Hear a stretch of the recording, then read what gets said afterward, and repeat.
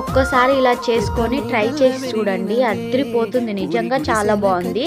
మీరైతే ఒకసారి చేసి చూడండి, ఓకేనా. చాలా అంటే చాలా బాగుంటుంది. చికెన్ నీట్గా కడుక్కొని మనం చికెన్లో ఏమేమి వేసుకుంటామో అన్నీ, పచ్చిమిర్చి, ఉల్లిపాయలు, టమాటాలు, ఆయిల్, ధనియా పౌడర్, గరం మసాలా, చికెన్ మసాలా, అల్లం వెల్లుల్లి పేస్ట్ అన్నీ మీరు ఏమేమి వేసుకుంటారో అన్నీ వేసుకొని, పుదీనా, కొత్తిమీర అన్నీ వేసుకొని నీట్గా కలుపుకొని, మీరు కర్రీకి ఎంత ఆయిల్ కావాలనో అంత ఆయిల్ వేసుకొని, నేనైతే వాటర్ వేసుకోలేదు, మంచిగా సరిపోయే మూత పెట్టి ఉడికించుకుంటే దాంట్లోనే వాటర్ వస్తుంది.